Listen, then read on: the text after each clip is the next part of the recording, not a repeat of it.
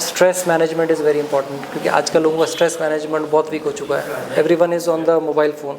तो लाइफस्टाइल जो है आजकल का लाइफस्टाइल स्ट्रेट नहीं है, आजकल का लाइफस्टाइल ऐसे है, ऊपर आसमान की तरफ बहुत कम लोग देखते हैं, सब लोग ऐसे नीचे देख के चल रहे होते हैं। तो ये आज धीरे धीरे आने वाले टाइम में 2028 में WHO ने भी बोल दिया है कि this will be a major cause of the disease. क्योंकि जो बच्चे हो रहे हैं ना, अपने जो बच्चे जो कंटिन्यूस मोबाइल फ़ोन में रह रहे हैं, that this will be a major epidemic coming up. वो they will be more depressed, उनको ज़्यादा गुस्सा भी आएगा, इरिटेशन भी आएगा। खुद के बच्चे भी देख रहे हैं सर, बिल्कुल, मेरा ही बच्चा सर फ़ोन बिना खाना नहीं खाता। हाँ, तो आप अगर फ़ोन लोगे तो इट विल बी इरिटेटेड। जो उसको देखना चाहिए था नेचर को, वो उस चीज़ को नहीं देख पा रहा है, उसका लाइफ जो है वो डिजिटल लाइफ होकर रह गया। तो उससे आई वुड एडवाइस कि वो उससे दूर रखिए अपने बच्चों को, because that will be a major epidemic. Sikkim में क्या आपने देखा कि ये डिजीज़ थोड़ा ज़्यादा है, आपके पास कैसा बीमारी आ रहा है, क्या है थोड़ा? हमारे लाइक वैरायटी ऑफ केसेस आ रहे हैं यहाँ पे। इंसोम्निया के केसेस भी हैं, we are treating hypertension issues also. काफ़ी सारे स्लिप डिस्क के केसेस तो नॉर्मल केसेस होते हैं हमारे लिए, वो सब भी आ रहे हैं। गैस्ट्राइटिस के इश्यूज़ आ गए, किडनी इश्यूज़ भी आ रहे हैं हमारे पास, यूरिनरी इनकॉन्टिनेंस के इश्यूज़ भी आ रहे हैं। आजकल मेल्स में जो डिजीज़ इरेक्टाइल डिसफंक्शंस के कुछ वो भी केसेस हैं, हम लोग वो केसेस भी ट्रीट करते हैं रिप्रोडक्टिव सिस्टम से रिलेटेड। तो इनफैक्ट हम लोग बिलीव करते हैं कि ये सारे सिस्टम बॉडी में जो भी है ना, सर्कुलेटरी सिस्टम, नर्वस सिस्टम, आपका एंडोक्राइन सिस्टम, रिप्रोडक्टिव सिस्टम, आपका हार्मोनल सिस्टम, ये सब एक तरह से देखा जाना चाहिए, लाइक होलिस्टिकली ट्रीट होना चाहिए। नमस्कार दर्शकबिन, फेरि पनि तपाईँहरूलाई स्वागत छ एसकेएम सोसल मिडियामा। र आज मसँग हुनुहुन्छ डाक्टर आशिष खण्डेलवाल है। र किन हुनुहुन्छ र यो इन्टरभ्यू किन लिइरहेछ, हामी विस्तारै गरेर उहाँसँग जानकारी लिने है। नमस्कार सर, आपको स्वागत है हम लोग का मीडिया पेज में। सर, तो आप इधर जो मैनुअल मेडिसिन थेरेपी सर देने के लिए आप एक कैंप लगाया हुआ है, ये क्या ट्रीटमेंट होता है, इससे क्या है, थोड़ा हम लोग को जानकारी दीजिए ना sir. First of all I would like to thank honourable health minister mister GT Dhungel sir. उन्होंने एक अपॉर्चुनिटी दिया और एक this is a new field and new unique way of treatment. It is a drugless therapy. Like इसमें हम लोग believe करते हैं कि स्ट्रक्चर ऑलवेज गवर्न्स फंक्शन। तो स्ट्रक्चर को अगर अपन ठीक रखेंगे, जैसे स्पाइनल स्ट्रक्चर्स है, स्ट्रक्चर्स अगर ठीक रहेगा तो फंक्शंस आपके ठीक रहेंगे बॉडी के।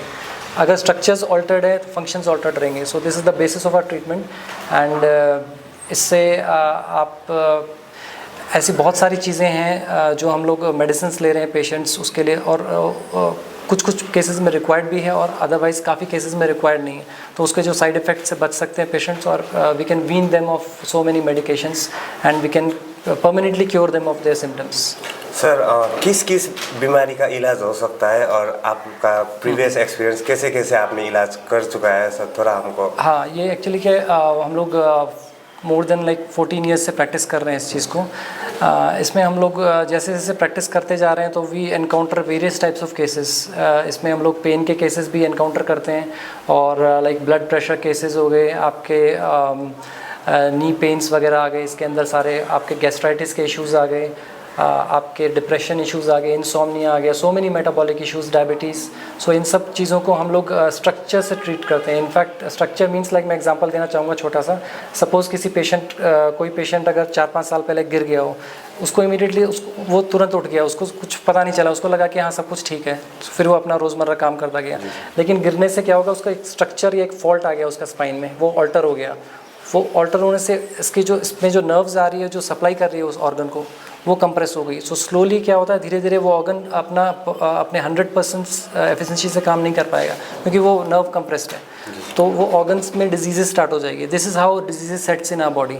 तो हिस्ट्री में तो उसको भी उतना ये पता नहीं होगा कि मैं गिरा था, कि उससे ये सब चीज़ें हो सकती है कि वो बार बार गिरने से, बार बार जर्क लगने से। 3 टाइप का कॉजेज़ होता है डिजीज़ का, physical, chemical and emotional trauma. So हम लोग तीनों चीज़ को एड्रेस करके उसका रूट कॉज फाइंड आउट करके तब पेशेंट्स को डायग्नोज करते हैं। And all our diagnosis is manual. So like there are no fancy investigations involve except a standing x-ray we need to find out the structure कि कहाँ का structure में fault है, एंड देन वी ट्रीट। हम लोग believe करते हैं जो स्पाइनल कॉर्ड है ना, वो जो ब्रेन से सप्लाई कर रहा है सारा ऑर्गन्स को, जो सेंसेशंस कैरी कर रहा है ऑर्गन से ब्रेन तक और ब्रेन से ऑर्गन तक, उसमें अगर आपका कोई भी फॉल्ट आ जाता है तो डिजीजेज सेट्स इन, तो आप पेशेंट को पेन भी हो जाएगा और पेशेंट को बहुत सारे इश्यूज़ आने लग जाएंगे। तो उसको फाइंड आउट करना ज़रूरी है।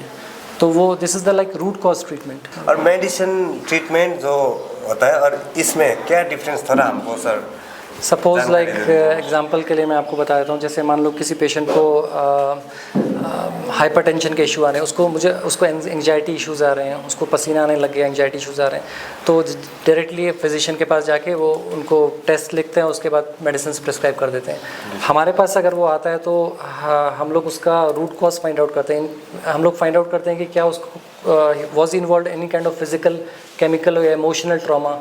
तो उस अगर इन्वॉल्व है तो बॉडी का एक स्ट्रक्चर होता है, बॉडी में क्या होता है कि एक पूरा फेशियल नेटवर्क से कनेक्टेड है। उसमें अगर फिजिकल या इमोशनल या केमिकल ट्रॉमा हुआ है किसी पेशेंट को, तो उसमें वो फेशियल नेटवर्क में इनकम्पैटिबिलिटीज़ आ जाएगा, दे विल बी चेंजेस। तो उस चेंजेस को वो मॉलिक्यूलर लेवल्स पे रहेगा, वो बहुत मतलब मान के चलिए बहुत सूक्ष्म लेवल पे रहेगा, उसको बहुत मॉलिक्यूलर लेवल पे। तो उसको फाइंड आउट करके हम लोग उस पेशेंट को वीन ऑफ कर सकते हैं, मतलब इमीडिएटली उसको अगर रिस्टोर कर दें स्ट्रक्चर को तो इमीडिएटली उसका सिम्टम्स चला जाएगा विद इन मतलब 1 डे। जैसे हम लोग के पास अभी ये गैस्ट्राइटिस के पेशेंट का ट्रीटमेंट चल रहा है, तो वो he is on medications. Patient को तो नहीं पता होगा ना कि वो सिम्टम्स को ट्रीट कर रहे हैं। इसमें हम लोग सिम्टम्स को से 1 कदम 2 कदम आगे बढ़ के हम लोग फाइंड आउट करते हैं कि क्या कोई ऐसा गैस्ट्राइटिस को अगर जैसे स्टमक को सप्लाई मिल रही है थोरेसिक स्पाइन से, तो वहाँ पे कोई स्ट्रक्चर में फॉल्ट है कि नहीं, और डेफिनेटली हमें वहाँ फॉल्ट मिलता है। उसको अगर जब अपन ट्रीट कर देंगे तो पेशेंट को ऑब्वियसली सारे के सारे सिम्टम्स उसको बेटर लगने लग जाएंगे। ऑब्वियसली सेकंड डे से वो या थर्ड डे से वो बोलने लग जाएगी कि हाँ, तो उसको उसमें मेडिसिन की ज़रूरत नहीं है। तो logically both treatment are good, but logically क्या होता है कि अपन अगर फाइंड आउट करके रूट कॉज फाइंड आउट करके उधर ही ख़त्म कर दे तो उसको ना तो ज़्यादा सफ़र करना पड़ेगा, ना उससे ज़्यादा पैसे लगेंगे, और ना इन्वेस्टिगेशंस पे जाना पड़ेगा ज़्यादा। तो ये सर अभी तक का आपका सर 15 ईयर्स एक्सपीरियंस में सर कौन सा सर क्रूशियल बीमारी जो आपके पास आया था और वो क्योर हो गया सर, एक दो एग्जाम्पल? हम लोग ने बहुत सारे किडनी इश्यूज़ भी ट्रीट किए हैं। किडनी इश्यूज़ का अभी मैं राजस्थान में ट्रीट कर रहा था। पेशेंट था मेरा लाइक उसको डॉक्टर ने इमीडिएटली वो he was not able to urinate, तो उसको कैथेटर्स वगैरह लगा हुआ था, ठीक है, और बैठ भी नहीं पा रहा था वो, और इमीडिएटली उसको डॉक्टर ने सर्जरी एडवाइस कर दी थी क्योंकि बहुत बड़ा फॉल्ट है किडनी के अंदर। बट लाइक वो मेरा पुराना पेशेंट है, तो वो हमेशा मुझे कॉल करता था कि हाँ कुछ भी अगर इशू होता है मैंने उसको बता रखा है everything comes from the nerves. तो उसने मुझे कॉल किया, तो मैंने बोला आप नेक्स्ट डे मैं पहुंचने वाला था राजस्थान। तो उसको जब डायग्नोस किया हमने, तो उसको फॉल्ट आया था थोड़ा लंबर स्पाइन में। लंबर स्पाइन को जैसे ही हमने करेक्ट किया 1 घंटा उसको लगा होगा, I have the video evidence also. 1 घंटे के बाद वो ऑटोमेटिकली चलने लग गया, और लाइक 6 आवर्स के बाद हमने उसका कैथेटर हटा दिया, he was able to urinate. Second day मैं भी दिल्ली जा रहा था, सेकेंड डे वो भी अपने काम पे चला गया। सो वो इनफैक्ट इतना डर गया था, वो 30 से 40 लाख रुपए उसको खर्चा बताया गया था, वो काम हमने 10,000 रुपीज़ में कर दिया। तो जी सर, बिग अचीवमेंट। सर अभी आप लोग को जानकारी देने के लिए अभी ये कैंप ग्रीनडेल पे लगा हुआ है, ग्रीनडेल स्कूल में। आप लोग को लोकेशन बोल सकता हूँ, तो अभी 6 या 7 तक, हाँ 4-5 तक है, 4 या 5 तक डॉक्टर कोई भी कंसल्टेंसी कोई भी कुछ भी बीमार हो के सर से मिलना चाहते हैं तो ग्रीनडेल में। सर कितना बजे से कितना बजे तक? हम लोग 9:30 से भी start and then we extend up to like 5 o'clock के दिन। 5 o'clock तक सर है। सर आपको सर अभी जो लाइफस्टाइल है हम लोग का, सर कुछ कोई ना आ पाए फिर भी कोई वीडियो देख रहा हो तो उसको हेल्थी लाइफ के लिए कुछ थोड़ा सा टिप्स? बिल्कुल, मैं काफ़ी लोगों को ये कहना चाहूँगा कि जो लोग रेगुलर जैसे स्ट्रेचिंग्स और एक्सरसाइज कर रहे होते हैं, बॉडी हमारा ना ऐसे वर्क नहीं करता कि सेम एक्सरसाइज हम रोज़ खाएं। जैसे आप रोज़ एक की खाना खा नहीं सकते, वी नीड वैराइटीज़, क्योंकि हमें सारे वाइटामिन मिनरल्स की ज़रूरत है। वैसे ही बॉडी को, क्योंकि we are going through different kinds of stresses, there are so many physical, chemical, emotional trauma, daily हमारा लाइफस्टाइल चेंजेस होता है। वैसे ही अपना जो रूटीन या एक्सरसाइज है वो सेम आप नहीं कर सकते। या आप डेली आप स्ट्रेच करके उठ रहे हैं तो ये आप वीकन कर रहे हैं वो स्ट्रक्चर को, क्योंकि बॉडी को हमें फाइंड आउट करना पड़ेगा कि कौन सा मसल टाइट है, कौन सा लूज़ है। तो एक बार अगर अलाइनमेंट हो जाता है बॉडी का तो वो बहुत बेटर रहता है। जैसे नींद में अपना अलाइनमेंट होता है, सेल्फ अलाइनमेंट होता है छोटा बच्चा का, या अपन जैसे गिर जाते हैं तो रात को सोएंगे तो सुबह अपन को अच्छा लगने लग जाता है, बॉडी का एक मैकेनिज्म है। तो अगर अपन प्रॉपर नींद लेना तो वो बहुत ज़्यादा अच्छा है। और proper sleep is very important, good nutrition is very important. And you know stress management is very important, क्योंकि आजकल लोगों का स्ट्रेस मैनेजमेंट बहुत वीक हो चुका है। Everyone is on the mobile phone. तो लाइफस्टाइल जो है आजकल का लाइफस्टाइल स्ट्रेट नहीं है, आजकल का लाइफस्टाइल ऐसे है, ऊपर आसमान की तरफ बहुत कम लोग देखते हैं, सब लोग ऐसे नीचे देख के चल रहे होते हैं। तो ये आज धीरे धीरे आने वाले टाइम में 2028 में WHO ने भी बोल दिया है कि this will be a major cause of the diseases. क्योंकि जो बच्चे हो रहे हैं ना, अपने जो बच्चे जो कंटिन्यूस मोबाइल फ़ोन में रह रहे हैं, this will be a major epidemic coming up. वो they will be more depressed, उनको ज़्यादा गुस्सा भी आएगा, इरिटेशन भी आएगा। खुद के बच्चे में देख रहे हैं सर, बिल्कुल, बिल्कुल। मेरा ही बच्चा सर फोन बिना खाना नहीं खाता। हाँ, तो आप अगर फ़ोन लोगे तो इट विल बी इरिटेटेड। जो उसको देखना चाहिए था नेचर को, वो उस चीज़ को नहीं देख पा रहा है, उसका लाइफ जो है वो डिजिटल लाइफ होके रह गया। तो उससे आई वुड एडवाइस कि वो उससे दूर रखिए अपने बच्चों को, because that will be a major epidemic. Sir और सिक्किम में सर जैसे आप आया हुआ 2-3 दिन हो गए सर, सिक्किम में क्या आपने देखा कि ये डिजीज़ थोड़ा ज़्यादा है, आपके पास कैसा बीमारी आ रहा है, क्या है थोड़ा हमारे लाइक वैरायटी ऑफ केसेस आ रहे हैं यहाँ पे। इंसोम्निया के केसेस भी हैं, we are treating hypertension issues also. काफ़ी सारे स्लिप डिस्क के केसेस तो नॉर्मल केसेस होते हैं हमारे लिए, वो सब भी आ रहे हैं। गैस्ट्राइटिस के इश्यूज़ आ गए, किडनी इश्यूज़ भी आ रहे हैं हमारे पास, यूरिनरी इनकॉन्टिनेंस के इश्यूज़ भी आ रहे हैं। आजकल मेल्स में जो डिजीज़ इरेक्टाइल डिसफंक्शंस के कुछ वो भी केसेस हैं, हम लोग वो केसेस भी ट्रीट करते हैं रिप्रोडक्टिव सिस्टम से रिलेटेड।